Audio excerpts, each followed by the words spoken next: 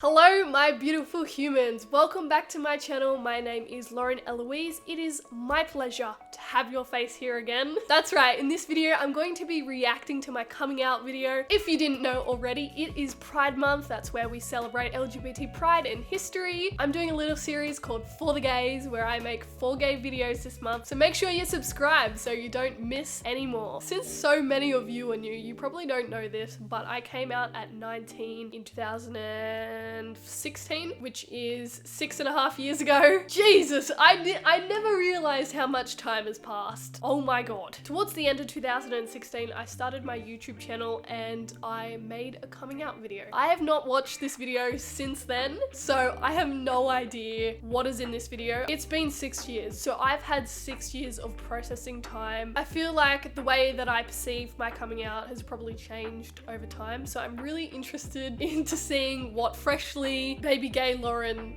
thought of her whole coming out story. So we're gonna watch it together. I hope you guys are ready for this. I hope it is not too cringy. Because it is from a really long time ago. By the way, you should like this video to tell YouTube to show it to more people, specifically more gays. Shit, man. Okay, I got this. Hey everyone, I'm Lauren Eloise and welcome to my channel if you're new, because I know quite a few people who haven't seen me before will probably watch this. She knew that this video would get a lot of people's interest. Also, I look so much like a little baby. And my teeth, man, my teeth are so different now. So I'm a little nervous about this, I don't know why. I mean, I'm confident in who I am now, but I am a little bit nervous. I think just because a few of my friends are subscribed to me and I know that my channel has potential for my other friends that I don't talk to come and see this, so hi! Oh my god, so at this point of my channel, I started gaining quite a bit of subscribers and I knew people would find me from high school. At this point I had left high school 2 years ago, but I really did not want people to find me because this was, and still is, my safe little place where I can just be me and not have any of that high school judgment. I know I can't control who finds my stuff. I just knew if people found my channel, this is probably one of the videos that they were gonna watch first. So, yeah. I like girls. There you go, I said it. I like girls! I don't think I've said that out loud properly. I like really. Girls. Up until this point, I never really said that I'm gay or I'm lesbian because I did things backwards. I started dating my best friend who was a girl, and then I think I slowly figured out that it meant that I was a lesbian. I never really was like, hey mum, I'm gay, or hey dad, I'm gay. Like, I never did that. All through my childhood, I assumed I was straight. That was just the default. I didn't think about it at all. But also at that time, I was not interested in boys. Like, I did not care.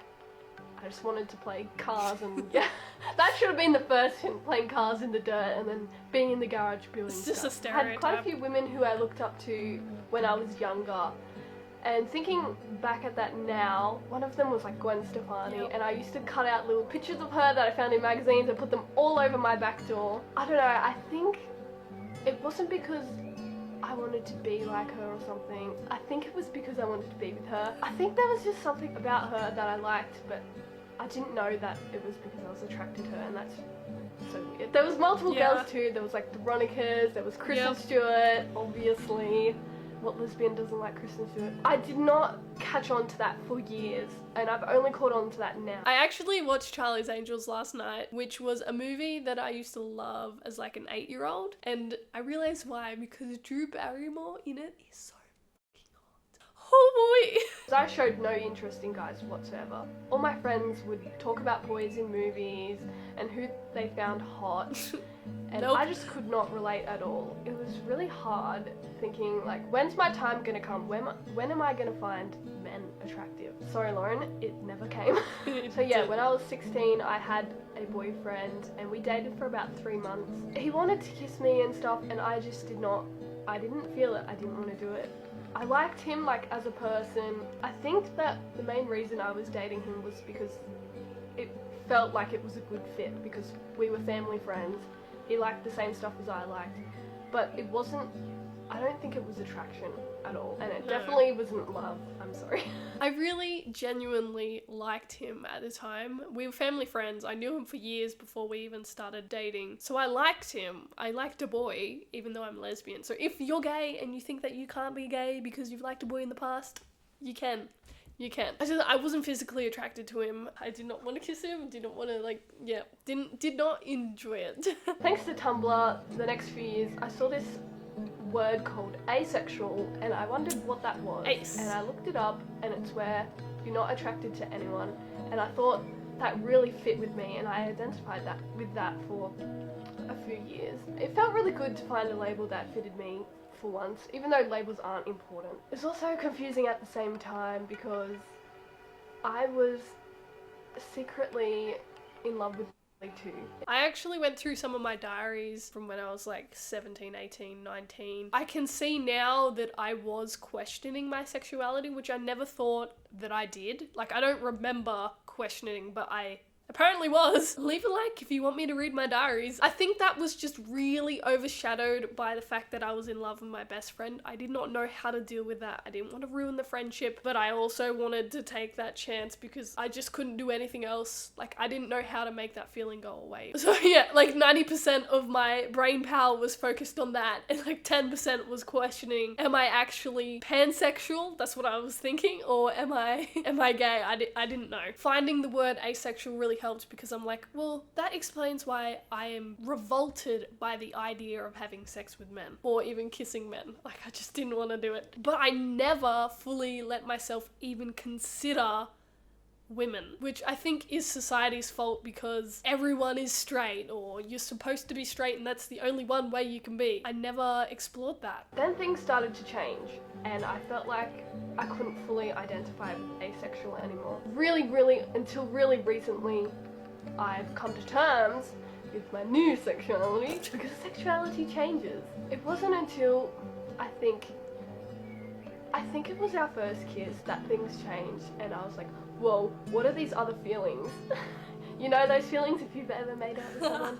It's different. After starting a relationship with a girl and kind of getting a little bit more intimate, I was like, there's no way that I could completely be asexual because I think that I enjoy doing those certain things with women. So that was kind of a turning point for me, I guess. I was tossing between being a lesbian and being demisexual. Demisexuality is where you find someone attractive or you become sexually attracted to them after a deep emotional bond has been formed. I still want to say I'm like this much demisexual because I'm drawn to people's personality first and then later I'm like, oh my god, they're attractive. It still happens to be that way, but I much rather just use the term lesbian because it's just the label that fits the best and what I'm comfortable with. My parents and everyone around me had no idea about any of this until and I started dating. We kept it secret for a little bit, for a couple of weeks, and then we eventually had to tell our parents. At first, I think it came as a shock to everyone around me, or not,